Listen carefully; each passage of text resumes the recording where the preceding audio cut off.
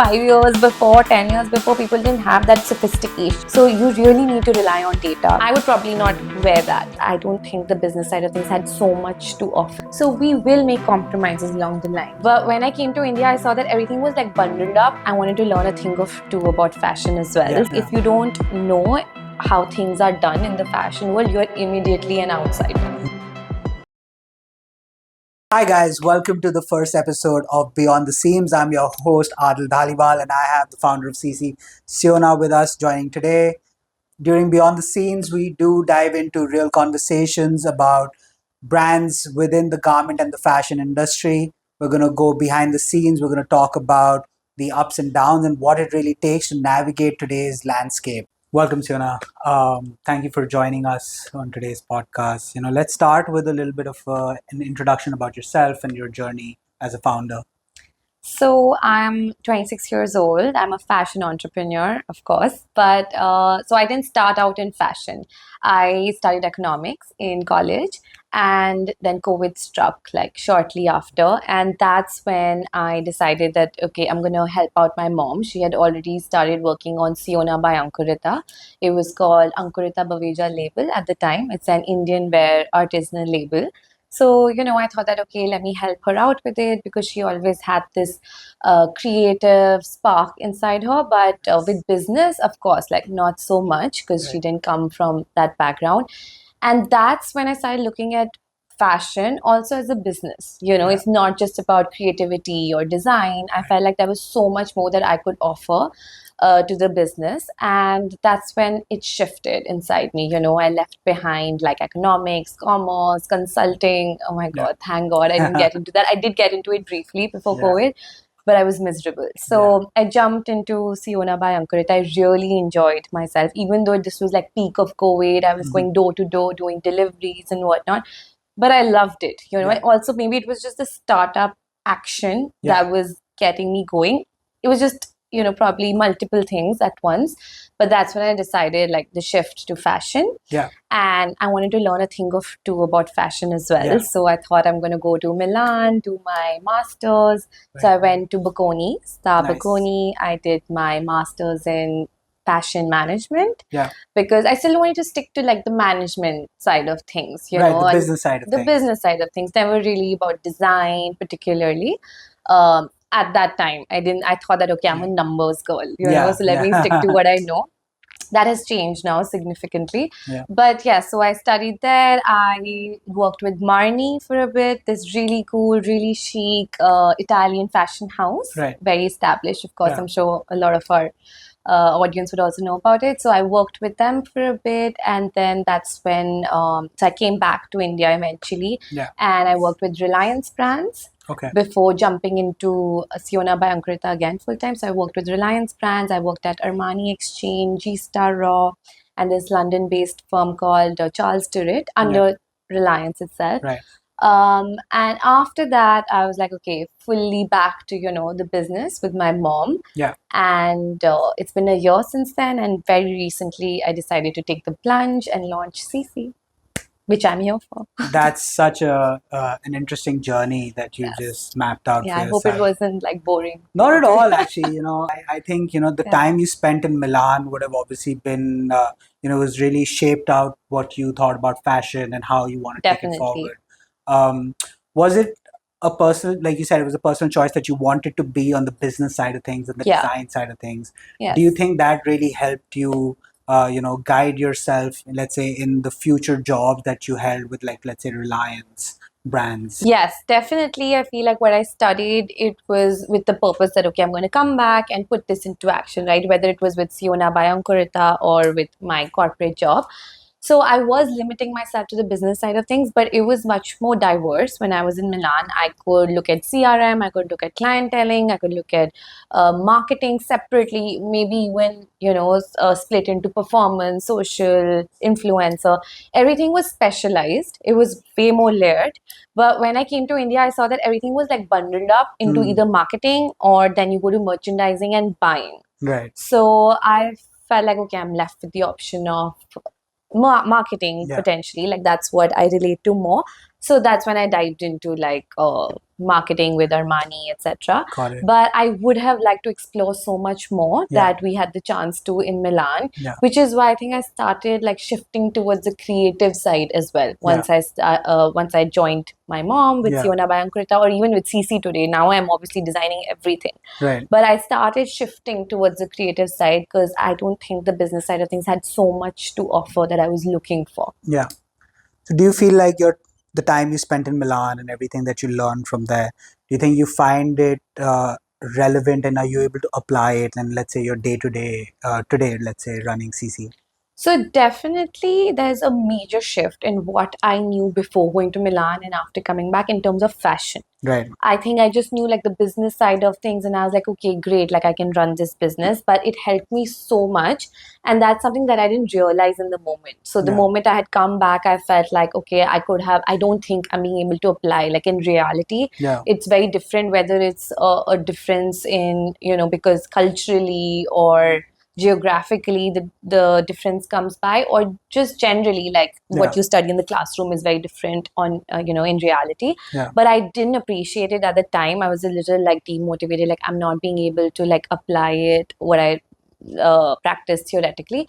But I do think that if I compare myself to like before and after, there has been Yeah. a major shift. I learned so much about fashion, so much about the terminologies, about the process, about the approach. Like Yeah. if you don't know how things are done in the fashion world, you're immediately an outsider. Yeah. If you don't know about the seasons, you don't know about when to launch a Yeah. collection, etc., then people will not take you seriously. They will just feel like, okay, you just started a brand, you don't know anything about fashion. Right. So that definitely helped.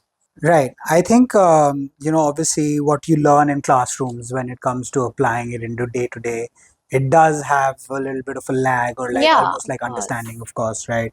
Also, like day to day has a element of, let's say, design as well as operations and business that comes together. So Yeah. of course it's not completely relevant, It's but not I'm glad that like independent. it, at least like, for the viewers, like to understand that, hey, like an education abroad, might be culturally diverse or different than what maybe you might get here, but it is still relevant, Yes. in helping you understand a lot of things that are happening in the industry. Yeah, no, in that sense, is definitely relevant. Yeah. If you mean like if, let's say, an aspiring student is looking to apply abroad or in India, definitely relevant. Definitely. I think it adds so much more to your growth Yeah. if you go outside and you see how things are done, because things are not being done the same way Right. here, Right. back at home, Yeah, of course. So yes, definitely it's a world of a difference Got if it. you study in a place like Yeah. Milan.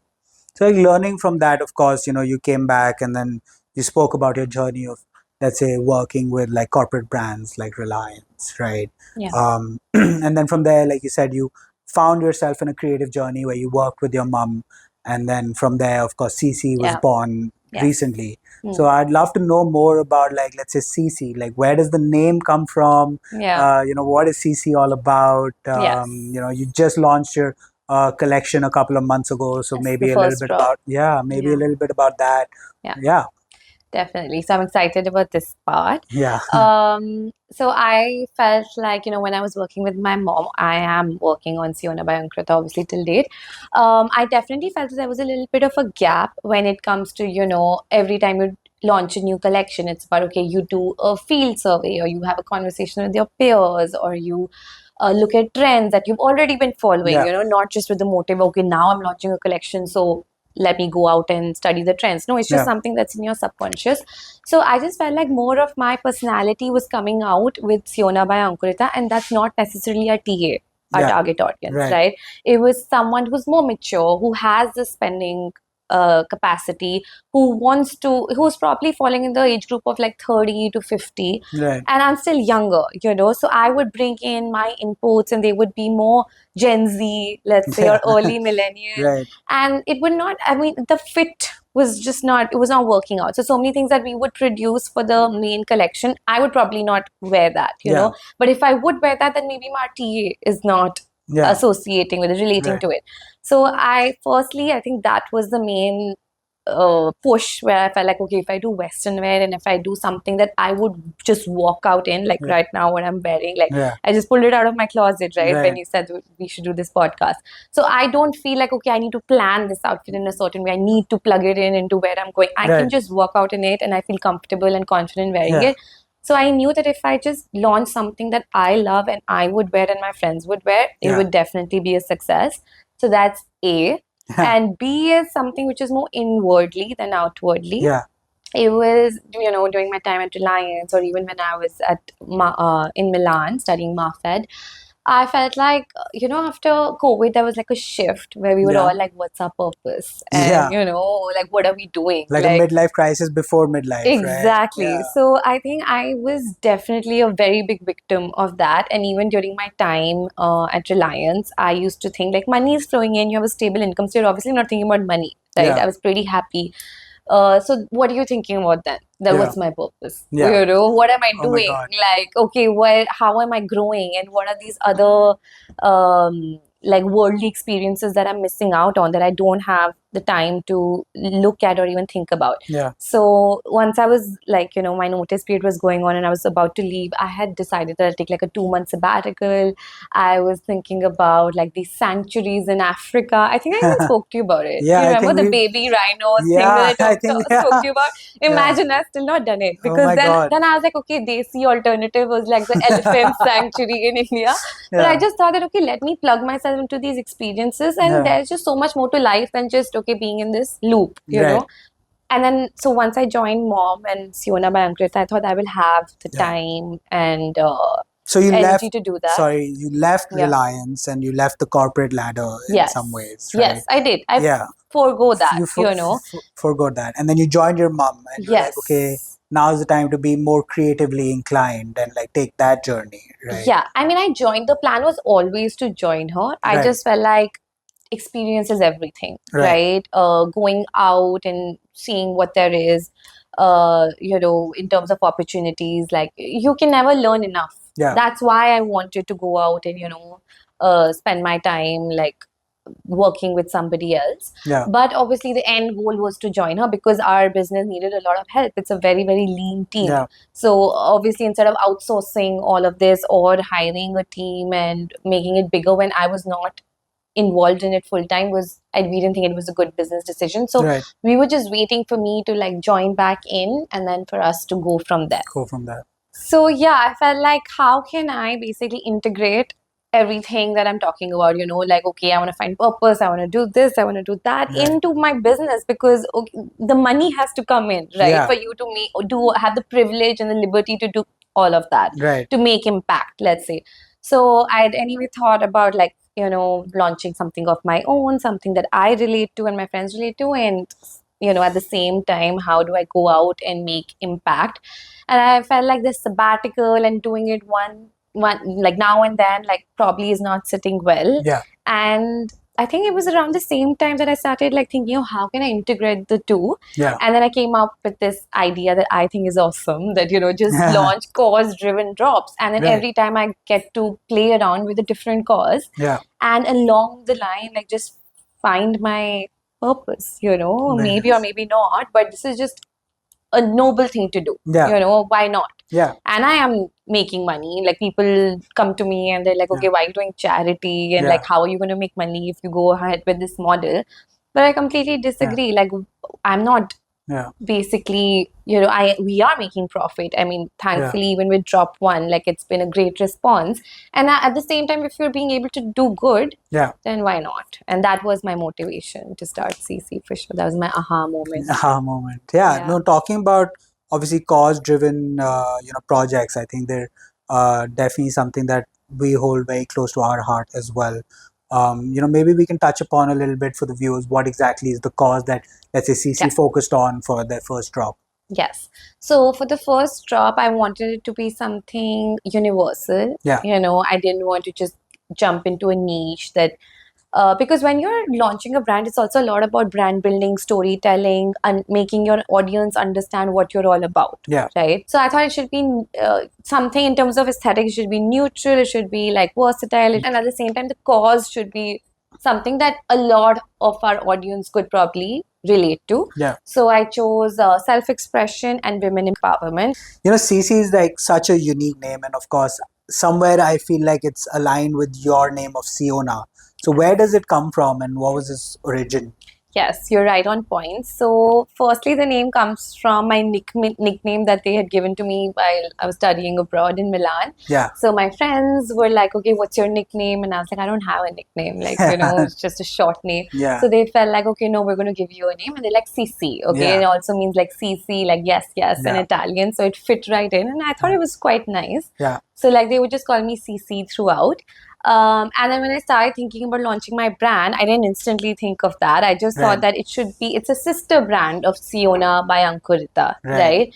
So, and the website of Siyona by Ankurita is called shopsiyona.com. So it's just about Siyona, like, playing with the word Siyona, like people should know that, okay, SiSi and Siyona are the same brand, company at least, and sister brand.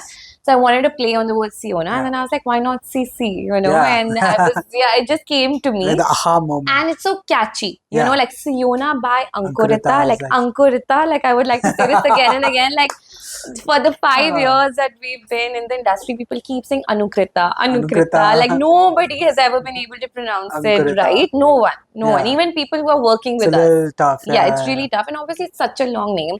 So we've been advised so many times to do something to shorten it, etc. So SiSi is catchy, it's short, it hits right there. It hits right there. So I was like, this is great, and thankfully people have really appreciated the name, and they think it's cool, resonates with the brand. So there's obviously like a creative flow from a founder or like a creator of sorts, right? And then there's of course so many things to consider operationally, and also what's the right economic fit for the market, right? Exactly. So where do you find that balance for yourself, right? Are there certain things that you just don't want to budge upon? Like you said, like the quality of fabric is really important for SiSi, right? Yeah. But other than that, are there certain things that like are core to your principle, let's say? Yeah, I think so I can speak more on behalf of Siyona by Ankrita because we have a wider range of collections to talk about. So we will make compromises along the line. We'll say that, okay, let's say we're going for dyed fabric. If we cannot go, with mill dyeing, and we are going for hand dyeing, let's say, which also causes a lot of problems, like we've discussed in the past, right? And like we will discuss also. Yeah, we can discuss later as well. Like with hand dyeing, like consistency issues are always there. They're inevitable. So in that case, like you'll go with like already dyed fabric in the market that you're sourcing. So then you cannot choose the colors that you initially thought that you would be incorporating in the collection. It might be the same color but not the same shade. So you will have to compromise on it. Let's say I want to imagine like a tomato red, but I'm getting like a wine red or like some other red in the market, and I'm just going to have to make do with it. So you have to compromise along the line, but I always try not to compromise on the quality. So let's say if I'm like switching a shade for another shade, it's not really compromising on the quality in any way, right? Or I'm trying to cut corners and give something else that I'm like, as opposed to what I'm offering or promising to the customer. So we try to be true to who we are as a brand, what we're offering, our DNA, etc. And then sort of just maybe it's probably always creativity that takes the hit, because you're like, okay, we want to put in so much hand embroidery in it, but it's going to completely take your costing through the roof. So then you're like, okay, we're just going to have to probably, compromise on this. It's always the creativity aspect that takes the hit. We don't like to do it with the quality aspect of things. So that makes sense. I think like, obviously when you're starting out, let's say with a collection, there is a certain aesthetic and certain design that you kind of imagine, right? Like, hey, like this is what I'm going to end up creating or aspire to create, right? But then of course, along the way, as you go through your sourcing process and then also your sampling process, right? There is certain things that you have to mitigate and you have to take out, because maybe the market is just not offering what you are looking for at the quantity that you're looking for, right? Exactly. And it's not necessarily, like you said, it's not impacting the quality of product that SiSi is putting out. But yes, aesthetically, there are certain tweaks that you have to do along the way. Definitely. Right? I think that was a really interesting walkthrough through your creative process and understanding your creative journey. Yeah. Coming, of course, talking about your business side of things in the fashion industry and let's say running a brand, let's talk about running the business, Yeah, right? Running a small business obviously calls for wearing multiple hats at so many definitely. different points, in your day Yes. to day or, just generally through operations, as well as design. Mm-hmm. So just walk us through maybe, what your experience has been. What are the different roles that you have to take on and the things that you have to manage with the limited time that you have. So yeah, I'm a mess when Yeah, it comes to that, yeah, right? Like I struggle with it deeply. So maybe if you call someone else on your podcast, maybe it's better. Like I take advice from them as well because I'm a mess when it comes to them. I cannot compartmentalize. Like I keep going from one thing to another. And there was a time when I told my mom that okay, you take over the design part of things. Especially before SiSi was launched for the Indian wear label. I thought she should completely look at design and I should completely look at operations, right. marketing, BD, etc.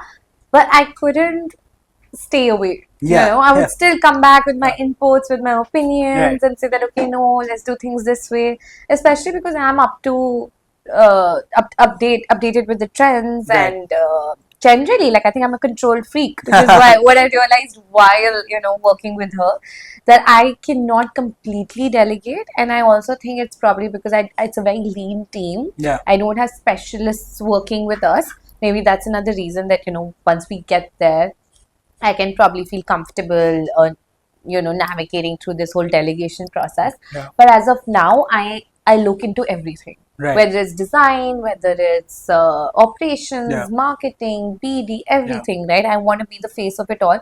Especially my name is in the brand, whether right. it's Siyona by Amkrit or it's SiSi. Like Yeah, I feel like it's representing me. yeah, yeah, So I never want to fail on right. any front. That's what I'm like very scared of. So this is something that I really need to inculcate, looking at examples all around us or need some very good talent to join our team for Yeah, me to get out of this thing. But it's really hard yeah, because you can do all of it. It's, of course, if you started a business, if you're a startup entrepreneur, of course you've started because you can wear multiple hats, but it does not necessarily mean that you have to execute all of mm, it. You really need to understand what your niche is, what your forte is, what you're good at, and just focus on that because then you're not going to be able to do yeah, justice to the other things and you're not going to be efficient. yeah. Efficiency is key, It's key, right? so I think this is one that I really Yeah. struggle with. So, Being a jack of all trades yeah, and not being a master at it's one, not a right? good thing, I feel. Yeah, it's not a good thing. I think Necessarily. I mean, necessarily, like I think when you're starting out a brand, of course there's a journey and there's a yes, process yes. along that path where of course you have to take on those You roles have to, in the yes, start, right? You definitely, definitely yeah, have to. Not necessarily saying that you have to be great at them, yeah, but you need to be able to manage them to a for certain sure. extent, That being right? said, yeah, maybe I'm not giving myself enough credit. You Yeah, need to know you need to know. throughout the process, Yeah, like, and across different yeah, departments, like yeah, how things are done. yeah. And Definitely. of course like departmentalizing and having experts or just professionals taking care of each aspect Yes. as you grow, that's Yeah. an important part of the journey as well. And then I think as and when you feel ready and you are able to hire those Then people, you go then around. you kind of Yeah. take a step back and kind of focus on things that you Yes. want to, right? Definitely. Coming around to that, like what exactly is the part of the business that Hmm. you want to focus on, or like which draws you, kind of emotionally as well as professionally to, bring your energy there. Mhm. That's really interesting because I haven't thought about it. Yeah, I like I said, I always thought that I would be drawn towards the business side of things, numbers, and I thought I want to play with data more and more because the more data you have, the more creative you can get with yeah, it. If you don't have enough data, it's like you feel demotivated and you don't feel like there's anything coming out of it. yeah, You can't really draw anything out of it. Let's say, like in terms of your sales, what products are moving, what products are not moving, etc. Like you don't have those answers. If you don't have those answers, how do you go about strategizing? yeah, So because I didn't have that when it comes to a startup, I felt like the business side of things are not as interesting and I need to switch yeah, towards the creative side and I want to look at how the product is getting made, what my inputs are into the aesthetics of the product, of the collection, etc. So I feel like right now where I'm at, I'm not really sure where I really want to insert myself in, Yeah. like fully. But definitely, I don't want to oversee production and logistics, Right. because that is something that if you have a good, established, robust system, it Yeah. should be able to take care of Right. itself. Yeah. So that is something that I definitely want to remove myself out of. Like, I should have a good enough team that can look over production Yeah. and your dispatching orders and client relations, etc. I need to keep my vision towards like product specialization, and then your marketing and BD. Got it. So like a mix of these, but Got it. definitely not your day-to-day execution. Right. Like you want to step away from, like, let's say, day-to-day operations, Yes. more into, let's say, a creative Yeah, field of whether sorts. it's in design or in And marketing. marketing, Because either way. marketing is obviously, Yeah. as you know, like you can come up with so many different ideas. Like we're doing this podcast right now. Yeah. This is something which is, so Yeah. interesting. People want to see this. Yeah. It's not necessarily relating to like your product Yeah. or your services, but Yeah. it's content, Definitely there. So I think that's Yeah. why I want to definitely just creative side of things. Understood. So, running a brand in today's landscape, keeping in mind, of course, India is a price sensitive market. You're selling Yes. domestically. Budgeting is something that is really important to consider. The Yeah. price point that you're selling at, this endless competition in the market, of course, you feel like you're offering something different, right? And that's how you're being able to compete at certain price points. So, how do you go about that? How do you go about budgeting, let's say, for a collection, right? How do you budget, let's say, this is how much I'm willing to spend on X, Y, or Z while launching the entire collection? Yeah. And how do you balance that out with your creative process? Yeah. So I feel like that's a very big question, like I have been in the industry and, like on ground, I've seen this for the last 5 years. So I have reached a point that I know vendors, I know suppliers, I know like the right places to go to where I want to source a certain kind of material, fabric, at somewhat of a decent price point with a lower MOQ. Right. Like I don't want to over order in terms of my fabric, because I don't know what the sales are going to look like, what the demand's going to look like, because so many times you want to do a capsule collection. So you just want to produce you want to produce a collection for a limited time period, let's say like 2 or 3 months during Diwali, and then it's going to run out, anyway you're going to go on to the next collection, so you don't want to overstock your fabric. In those cases, you don't want to go to a bigger manufacturer and procure from them, right? So when you go and procure on a smaller batch basis, then you really need to consider like your overheads, etc., which is when you start to either compromise on the quality or on what your initial vision was, or you just take the hit on your own margins, Right. and just go with it. Yeah. So I feel like that is something that is very subjective. Yeah. We till date haven't taking the hit. Right. Like we're like, okay, let's just spend that extra amount initially. And we cannot really increase our price point by much, like let's say 5-10% doesn't matter, but we don't go outside that mark that I told you about, Right. that 20,000 to 40,000 price range, because people see us in that positioning, etc. So then we take that hit. Or sometimes even if we feel like, okay, no, this fabric will probably work out, if that is not the exact texture that we were looking for and stuff, we just sort of like go with it, like let's see how the audience responds, how our target audience feels about it. Maybe it's just us as designers who always want to go with our initial vision. So you just there's a lot of back and forth. There's a lot of back and forth. It's never just about your creativity or just about commercial offerings, etc. It's always a sweet mix of the two. It's a mix of all the different elements that I think are in always. play. And that's why it takes so long to sort of put Narrow your collection. everything down. Yeah, this is one of the main reasons. Of course, you did touch upon some good points of finding that balance, and it is a good mix of both things. It's not just creativity or just the commercials part of it. Yes. And I think it's a good mix to find that ground that works for you, right? I think for our viewers, let's kind of break it down. Let's say when we're talking about costs associated with, let's say, launching a collection, what exactly are the cost heads that one should assume or kind of keep in mind? Of course, there's fabric, there's Definitely. trims, Trim. there's if you're not going into dyeing process and you're Yeah. buying dyed fabric, so that kind of gets mitigated, right? Yes. But other than that, there's dyeing as a Yeah. cost that someone has to associate with, right? Definitely. And then your embroidery in case it's Right. Indian wear. So yeah, I mean, definitely. Like I feel like this is such a gray area, Yeah. even with the customers who come in for like customization. They Yeah. don't understand why that difference exists between customization and something that you've already produced in your collection. There is a lot of difference, Right. right? Because firstly, your sampling costs are already included in that Yeah. price point. Your fabric cost, your dyeing cost, everything is already included, right? The Right. moment you customize, also your pattern making, your cutting, Yeah. everything, right? The moment you customize, even if it's like a neckline that you're changing, it could be anything. It could be a minor change or it could be a major change. Yeah. The costs somehow like Change. they change, right? So people don't necessarily understand the cost of customization. There's a lot of it that goes down when you're sampling a particular collection.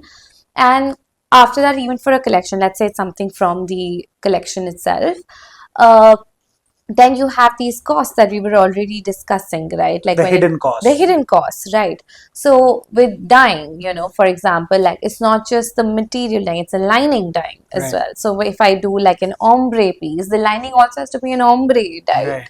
and it's Of more course, expensive keeping than. in mind the quality that you're putting Yeah, out. of course. Right. Quality is there. It's Right. already there. Yeah. It's been established that we're Yeah. spending on a good quality material. But Yeah. after that, all these like hidden costs that you can't explain to the client. You Yeah. really can't. So you're Yeah. not like yourself. You know that okay, these costs Yeah. exist, and you can just hope that either the client Yeah. is willing to pay for it, or it's just because of your brand image and just the brand premium, whatever they think it is. Yeah. But sometimes it's not all justified, right? Yeah. Because there is so much more to it. If it's not even completely related to your production, then it's probably because of your marketing, your Yeah. PR, like Of how you course. position your brand. Right. That requires a lot of money, Yeah. and that all somehow Adds up. adds up, Right. right? You're not doing it over and above what you're charging the client. Yeah. Like it's something that you need to incorporate in Yeah. the costing.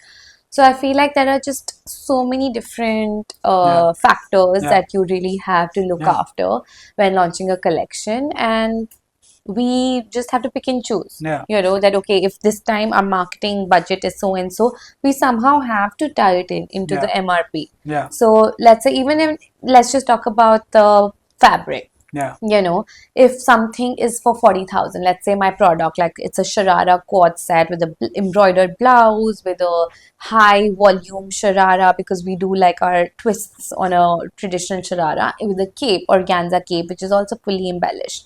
So like when we do like reverse costing, first thing is fabric, right? Yeah. The embroidery and everything comes later. First thing is the fabric. There is so much high quality fabric that's going into it. So even if it's like 300 per meter, and there's sometimes like 15, 16 meters of fabric That's been going into into it. like that three-piece set, Right. because it's like lots of fabric involved, lots of draping involved, etc. So you can calculate yourself, like it's Yeah. going to be almost like Yeah. one third, Yeah. almost half of the Yeah. MRP. Yeah. So we do not keep as much margin. Mm. But of course, like if you go to a more established designer who can ask for that kind of a premium, then they would price it Yeah. higher. So it's just about, firstly cutting costs when it comes to your supply chain. Yeah. And after that, charging a brand premium depending on how you're positioned. Yeah, you've touched upon so many great points of like everything that needs to be considered along the way or along the journey. Let's say even if you're talking about a single silhouette or an entire collection. Yes. So how do you go about, let's say, ranking Hmm. your top, priority all the way down when it comes to, let's say, costing or fabric or construction? Mhm. What is your priority and how it goes from there? So that's a tricky question, but let me, like, if I had to just, say it I mean, I'm not going to think of a particular collection or even the brand like SiSi or Siyona Bankrita, let's say, like, very objectively speaking, the first has to be the fit Right. for me. Fit is paramount. How it feels on the body, no matter how good it looks, Yeah. how it feels on the body, definitely. So, like, fit. And secondly, Right. fabric quality, of course, because the moment it's like a bad fabric or a poor quality fabric, people, it's not even about the premium that you're charging, it's just that that's how people associate Right. your brand. It's fast fashion. Yeah. It's not something that feels even remotely luxurious, even Right. though you don't have to be a luxury brand, even if you're like affordable luxury or touching on that, Yeah. you really need your fabric to feel the same way, speak the same Yeah. way. So second would be fabric, and third would then be costing for us. Got it. Hopefully, like I could have placed it further up so that Right. that's what Yeah. determines your margins. But I think when you're starting out, and 5 years also, like for Siyona by Ankurita, 5 years is still like starting out. Yeah. You can't refer to yourself as an established brand. So I think for the first 5 to 10 years, it's all about like you need to place costing like on the lower level. You it. need to prioritize the customer for Yeah. sure. So fit and fabric Yeah. is what I would say. Of course, like touching upon fit and fabric, those are certain costs that are kind of consistent because you are Yes. obviously paying a certain salary and it is taking a certain amount of time to construct a specific piece, right? Yes. So those are kind of standardized. Yeah. But then, of course, like you touched upon the number 3 point, which is being costings in general. So when we talk about that sphere of add-ons or additions that we're doing to the piece, we're talking about mostly like, let's say, surfacing, right? Yeah. The kind of trims that you use, Yes. right? So how do you mitigate that? Obviously, there's an aesthetic that you've thought about. Of course, there are pros and cons of, let's say, using a machine embroidery versus an hand embroidery, right? Yeah. Or let's say a specific kind of trim that you are using in it, or a lace that you're using in it. Yeah. So are those the places that you kind of have to mitigate yourself in, or are there some things that someone should be aware of? So that's also a great question because so many times, like, someone who's not very involved with the fashion world, they would feel like machine embroidery, it's not as novel as Yeah. hand embroidery, but that is not the case. Yeah. You can still have very, very nice machine embroidered pieces with probably like hand embroidered, like touches to it, like Right. highlighting, and it could turn out beautifully, especially if you're looking at a Pret garment or something which you would just wear, for like a lighter function. This is something that you can definitely go for. It's not necessary that you need to invest in a hand embroidered piece because we see it in, designer stores all the time. Like they use machine embroidery, they use like patchwork, they use printed textures, etc. So they experiment a lot, and people Yeah. are willing to like pay for those kind of designs and different things that they're offering to the market. But when it comes to small time designers, they feel like, okay, if it's not hand embroidered, or if it's not RE work, or if it's not like something that they feel like is worth investing in, Yeah. they disregard the design or the fabric and all the other things. They Right. just sort of set their focus on the embroidery part Yeah. of things, which is not fair, Yeah. I feel. So for us as well, we do a lot of machine embroidery, we do a lot of hand embroidery, and then we find like a sweet mix Got of the two. And that's necessary. If you want to stay within that price point, you need to find an alternative, right? You cannot uh, fully deliver something which is completely hand embroidered and try to fit it in that range, Got it. because then you'll probably be compromising on the fabric, Got it. right? So you always need to know what your top interests are. Fabric quality plus some like a nice mix of hand and machine embroidery plus like finishing, trims, etc. Got it. Like everything needs to blend in. So I feel like we try to hit all, like touch All the nails. yeah, all the nails, and kind of deliver a nice cohesive silhouette and garment in the end. It's been an interesting back and forth conversation about running the business, of course, Yeah. and finding that balance that works, let's say, for you or possibly for other founders as well who Yeah. are kind of looking into entering the space, Mhm. right?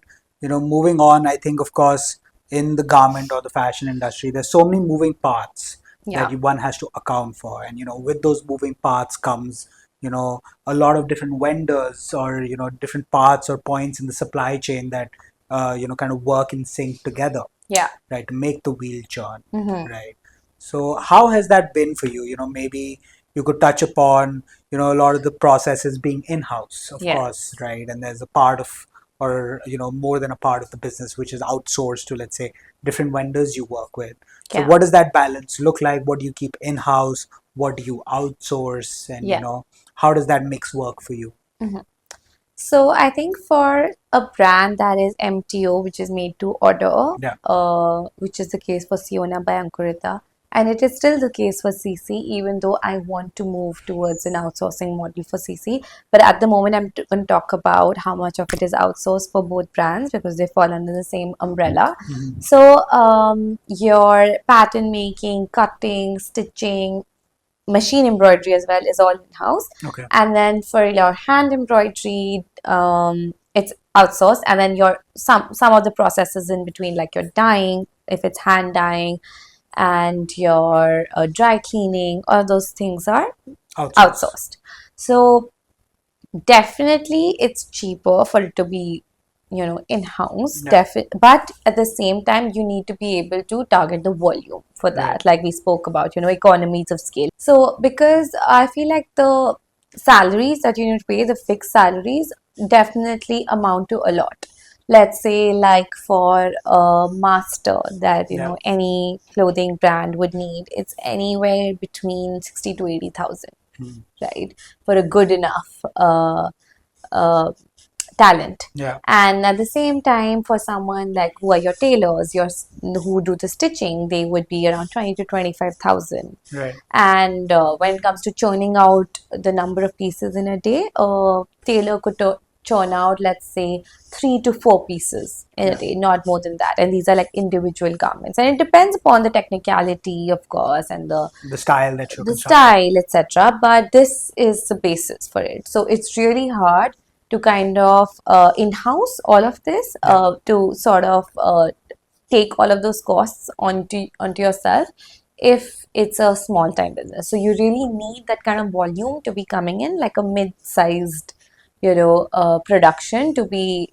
to sustain that kind of a setup. Yeah. And if not, then of course you can look at outsourcing, but according to your volume. Again, if it's a small time production and you go to a small scale manufacturer, vis-a-vis if you know that there is a big time production happening large scale, and you go to a bigger manufacturer who will be able to provide you like a good enough MOQ at a lower price point. So you need to know where you're positioned and what your sales are like, what your demand is like, and then find the right partners for yourself. So, we touched upon obviously certain parts being outsourced while Mhm. some being in-house, right? So, navigating, the landscape, how hard is it to find reliable partners or reliable vendors?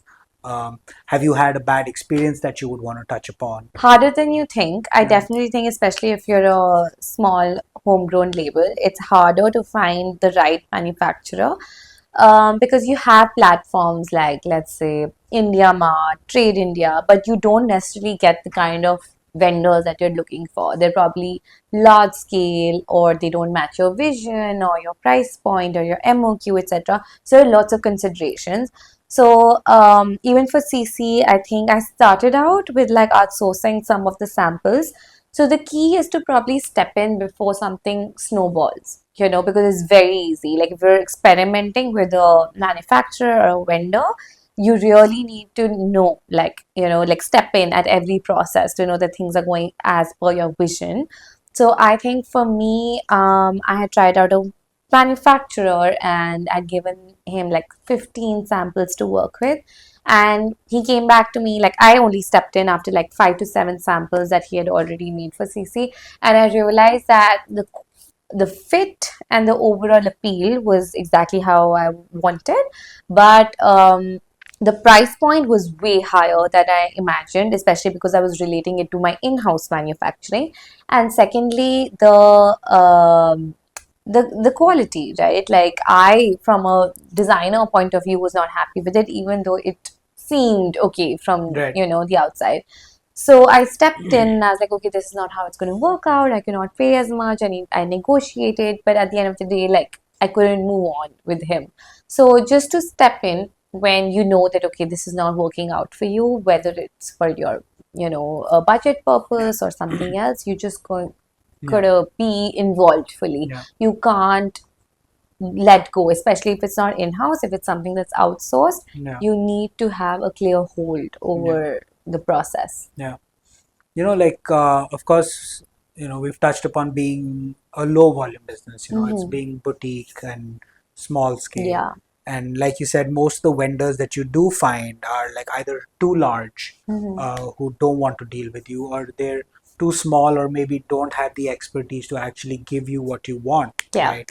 So how do you go about navigating that space? How do you convince, or let's say in your experience, how have you been able to convince certain vendors to, let's say, work with your brands, right?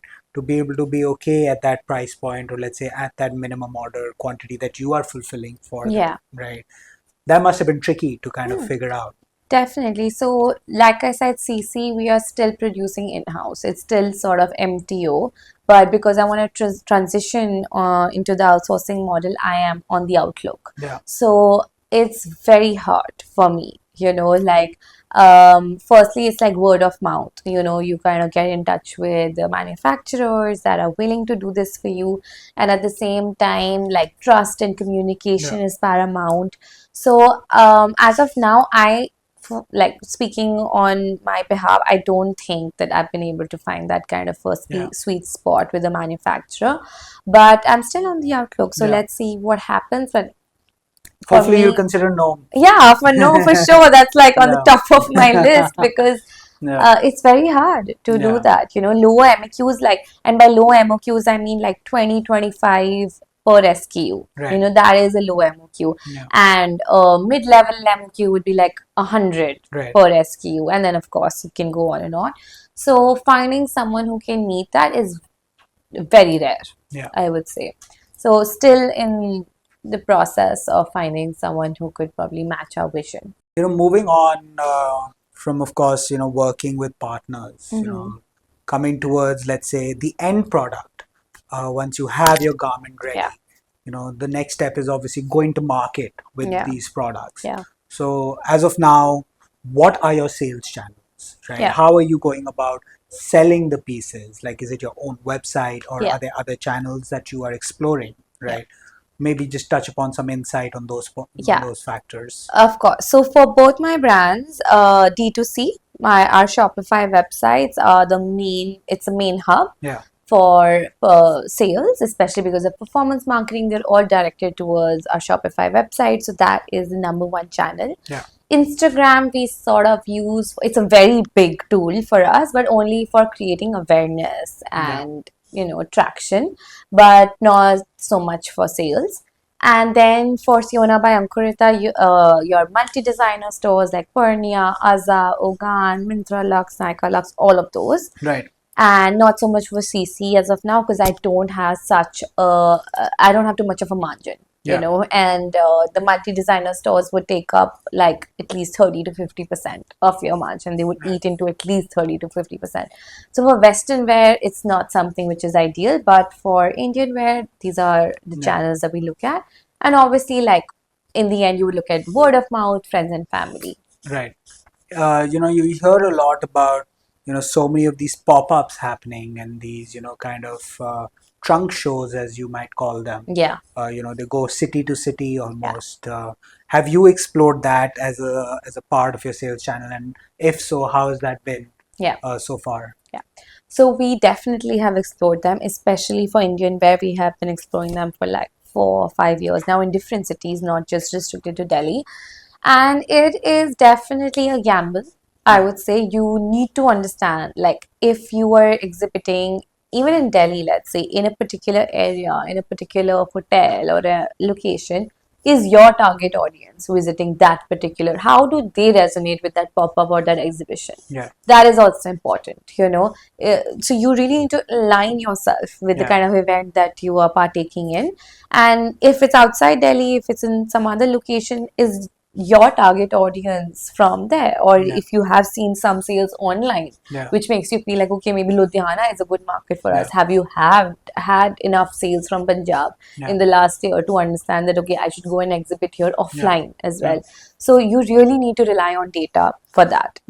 You can't go on a whim, because there's a plethora of pop-ups, exhibitions, retail activities that you could be a part of, but where is your TA?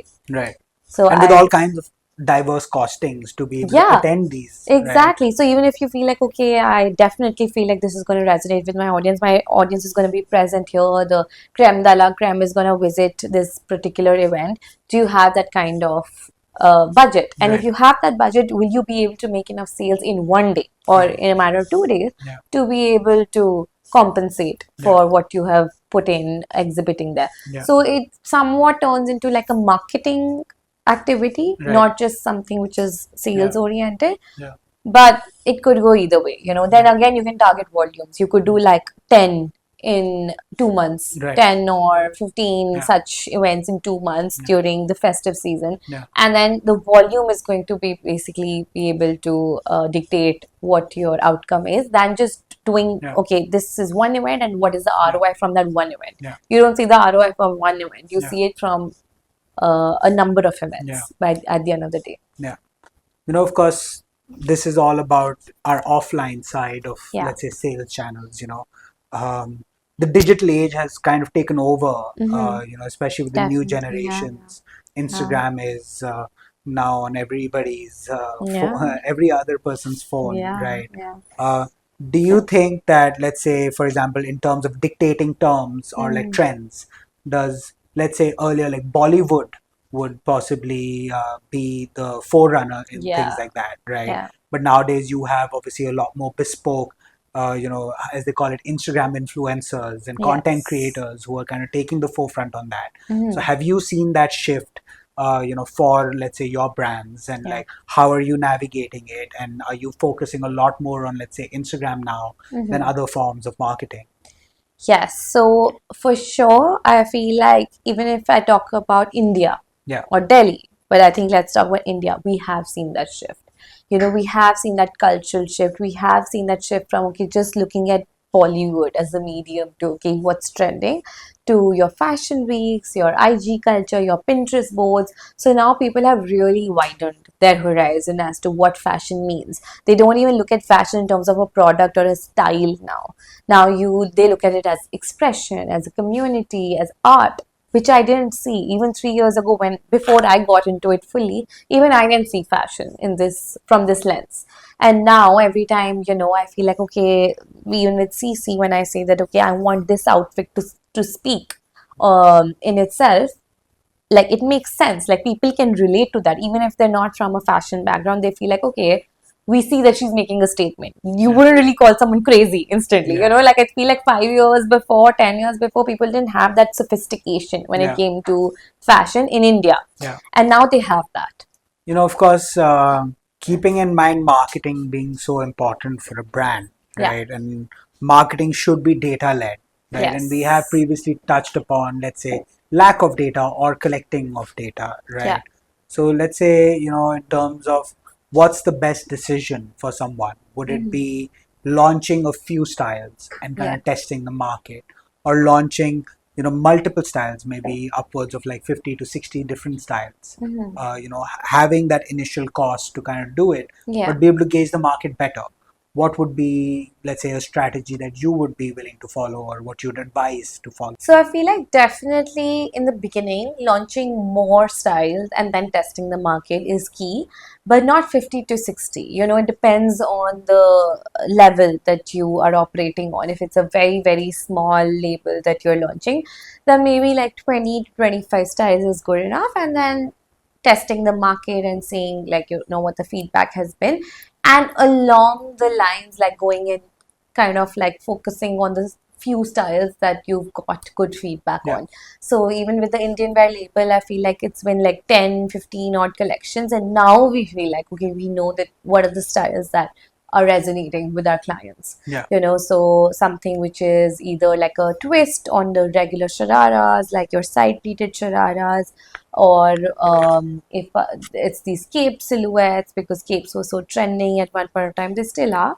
So you need to really kind of leave it open ended. Yeah. And let your clients decide, let your audience decide what they're liking, but not offer like a very large range of products if you're a small brand. Yeah. If you are a mid-size or large scale brand, then of course it's different. But for a very, very small homegrown brand, I would say that you choose 20 to 30 products, styles, different styles, and you launch those and you test the market. What are they liking? What is something that they associate your brand with? Then that's your niche. Yeah. And then you stick to those. And then you just keep experimenting with those styles along the way. Yeah. That's really interesting. Of course, testing the market and then kind of learning from it and then guiding each decision based on that. according to that is a lot better than kind of just shooting in the In the dark dark, yes. and then kind of You have to do that in the feeling beginning. lost at the end of Yeah, it. you have to do it in the beginning. You Yeah. have to shoot in the dark in the beginning because it's all subjective in the beginning. Right. You know, it's like, okay, this is what I feel. Even if you're picking it on the basis of like some primary and secondary research that you've done, it's still like a shot in the dark because you haven't gotten validation for it yet. You haven't gotten sales for it yet. So you have to do it in the beginning, but after 1 or 2 or 3 collections, you sort of know. You have a little bit of data to work around with, and then you make your decisions moving forward. Yeah. Let's say that, for a small brand that's starting out, Yeah. let's say they have 50,000 per month to spend on marketing. Yeah. How would you suggest that we go about dividing Hitting it. Of course, considering offline, online, and Yeah. things like that. Yeah. So I think 50,000 per month, especially if it's a purely e-commerce brand, your major chunk would go into performance marketing and social media, your Instagram, right? Advertising on Instagram. So you would probably allocate around 30,000 on performance marketing itself because that's what's going to lead to your conversions. That's what's going to bring you the sales. It's like you're paying rent. Right. If you had an offline store, if you had a physical store which cost you like 50,000 a month, you're obviously going to have walk-ins and you're going to have, customers just like kind of come in without you marketing or advertising your products. So think of it like your rent that you pay online. So performance marketing, your major chunk would go out. A little bit of it, let's say like 15 to 20% would be just awareness on Instagram, right? Because you're a new brand and Instagram is like lifeline, I would say. If like for small brands, like you have to have a good enough presence with quality content on Instagram because that's where your awareness comes from. So I actually should have spoken about Instagram before, like your conversions, but your first, but a little bit of like there should be a difference in the percentage. So your 15%, let's say, on Instagram, but definitely has to be there, definitely has to be targeted and quality content. And then your performance marketing, then comes your influencer marketing as well. Like you definitely want it to be aspirational. Right. Whether it's an affordable luxury brand, or a mass brand as well, it has to be somewhat like you need to see it on someone and feel like, okay, it looks good on her. Yeah. Or like, I like her, that's why I want to look like her. Or just generally you feel like, okay, this looks good like on a person, on a real person as opposed to a model. So I want it. So influencer marketing, your gifting, your PR. So then the rest of the budget that you have, you allocate it to all of these touch points that are very, very important. And we previously touched upon, of course, Instagram being the new digital age and so much happening on it. How would you say that you go about keeping up with, let's say, trends that are happening and that are rapidly changing? Of course, before you're out with one collection, people are already like on to the next one, right? So how do you keep up with something like that? So I think you shouldn't chase trends because the moment you start chasing them, it's like you said, like one after the another. Before you launch a collection, there's something already out there that's trending. So you need to keep an eye out, but still not chase them. And I feel like you also need to filter them through your brand DNA. What works for you? If let's say like streetwear and like graphic tees and joggers or something that are trending, if it doesn't resonate with SiSi as a brand, don't launch it. Maybe some sort of like you can take hints from it and try to inculcate in your aesthetics, but you cannot completely keep it as your visual language, for your brand. You really need to filter it and just keep an eye out. Yeah, and that obviously goes around touching back on your experiences and let's say your past knowledge about the industry, and that kind of guides you on what trend to kind of inculcate or not to focus. Inculcate. Through the different parts of our conversation, I actually realized, which I didn't ask before, so SiSi is mostly women's fashion, right? Was there a particular reason why it's only women's and let's say not men's? And you hear a lot about this gender fluid fashion that is coming out in the market, right? So why have you decided to, let's say, focus on just women? Just women. Yeah. So I definitely thought about menswear because there was more of a gap in menswear. Whether it came to Western wear or Indian wear, I felt like the most gap existed with menswear. So I was actually going to cater towards that segment of the audience before I decided on launching SiSi. But I think it was more to do with what am I good at? Right. What do I know well? Or what do I know that I would probably be able to extract enough data from around me, etc. So I feel like that's more of a, like when it comes to menswear, it's something that I will definitely keep in mind.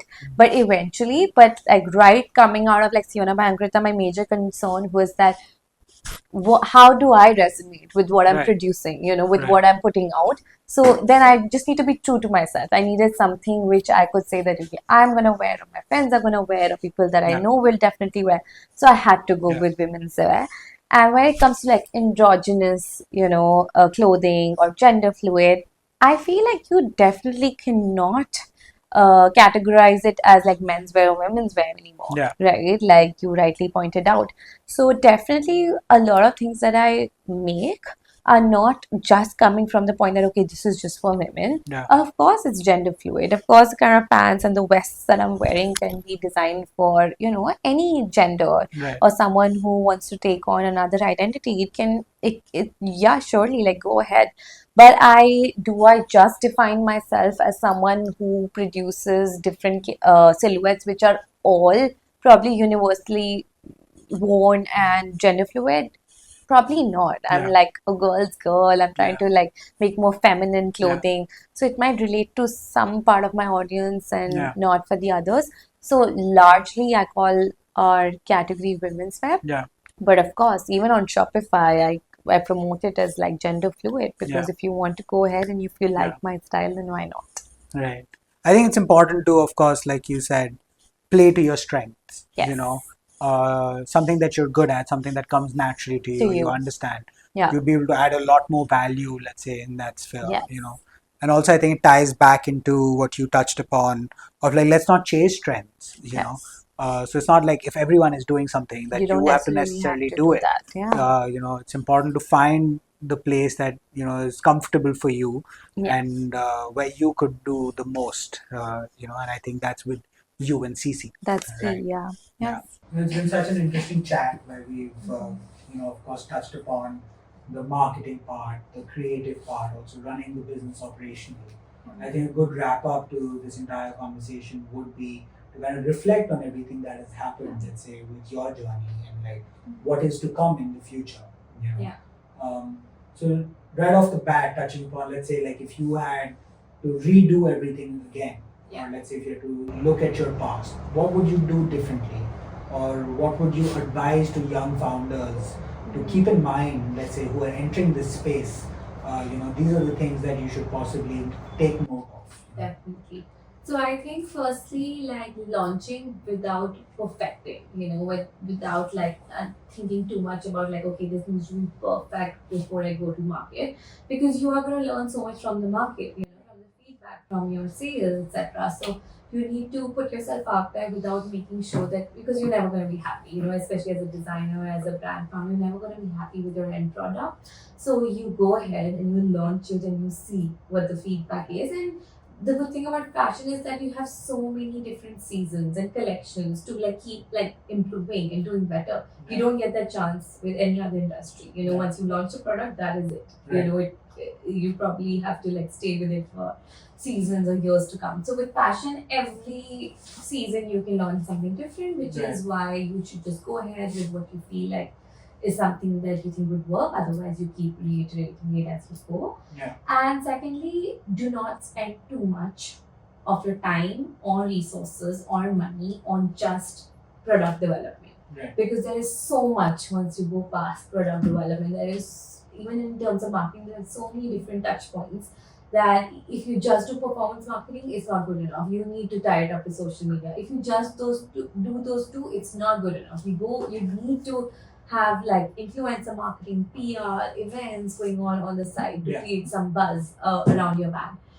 So there's just like a plethora of things that you need to touch upon. So do not waste all your energy just on the development aspect of your collection Right. and think about everything that was to, go that you need to do once you have launched it in the market. Yeah.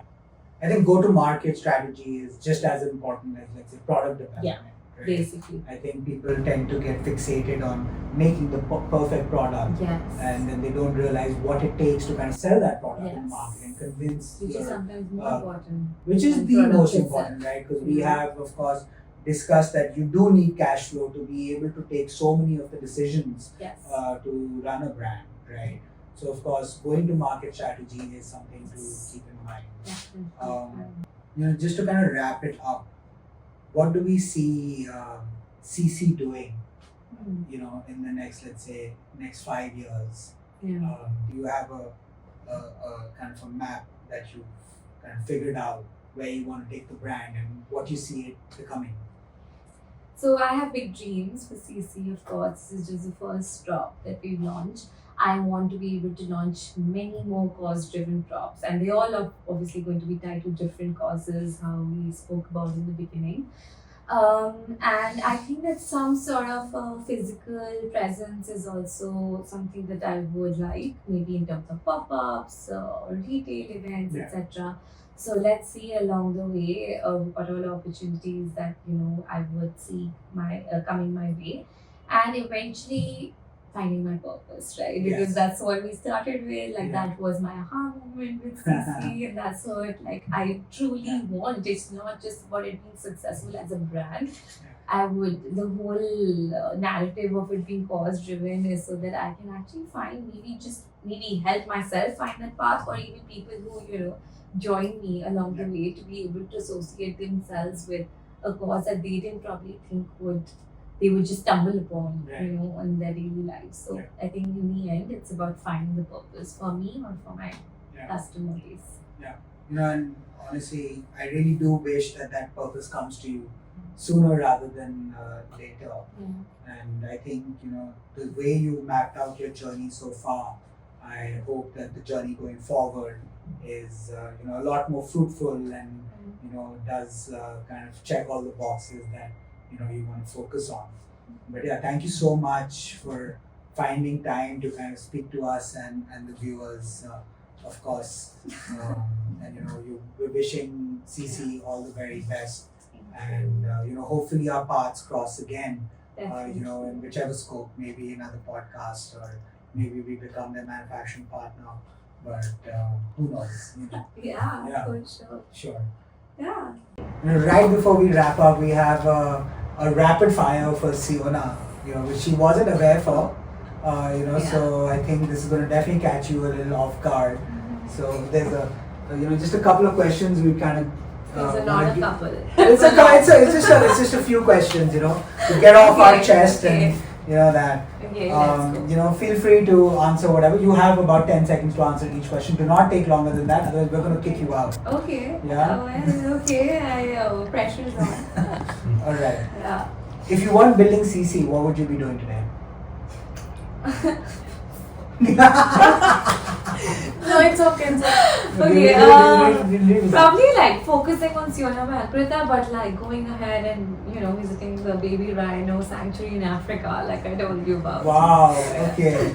Africa, here we come. 3 things that are always in your work bag. Work bag: laptop, chargers, whether phone or laptop, and AirPods. Wow. And some lip balm, etc. But you're just digitally locked in. Digitally locked in, because if I reach my unit and I don't have my laptop, I feel handicapped.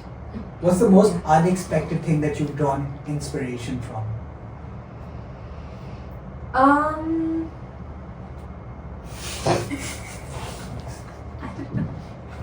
Change the question. Or let me think about it. Alright, no, next one. Yeah. One fashion trend that you'd never bring back. Crocs. Crocs. I hate Crocs. I hate God. Crocs. I mean, they're still very much here, Yeah. but they keep inventing with different. I hate them. Okay. I feel like it's like your feet have some disease. Fair enough. Next one. One song Yeah. that perfectly represents SiSi as a SiSi. brand. This is gonna be very funny. Yeah. But I obviously it doesn't represent SiSi, but it keeps playing in my head when I say SiSi. Like that Hindi song that says SiSi करती है SiSi what is that? Is it Omkara? What is I'm it? sure the viewers are going to know. I definitely don't know what song that is. What is the first thing you do when you reach office? First thing. Okay, I was telling you about this. The first thing, the moment I reach, I start feeling hungry. Even when I get out of my house, I don't even pack lunch. But the moment I reach, because I feel like, okay, I'm not hungry. I'm just going to starve till the end. But the moment I reach, it's like, let's order. Let's order something. Yeah. I mean, I'm not sure if that's what you wanted to hear, but this is the... No, that's pretty much what I wanted to hear. What is it that we order? Is it like Maggi or like pakora? No, it's always healthy. It's like upma from chai. Oh my. It's really... Oh my. Okay. Coffee or chai? Coffee, but coffee generally, but they get us chai every day, like the usual guy who comes into the unit, he gets us chai. So I drink both, but I'm a coffee drinker at heart. Alright, to wrap up, Siyona, texting or calling, and why? Texting all the way. Texting always? Always. I don't want to talk to you over call. And why? Because it's just short, like quicker, shorter, to the point. And, like it's... There's no small talk. Yeah, no small talk and nothing. Yeah. So I think even with it, whether it's vendors, clients, friends, But how's the weather? Exactly. You're not going to ask me that on text. So why ask me that on call? So always texting. Perfect. Just text me. Always text her. Always text me.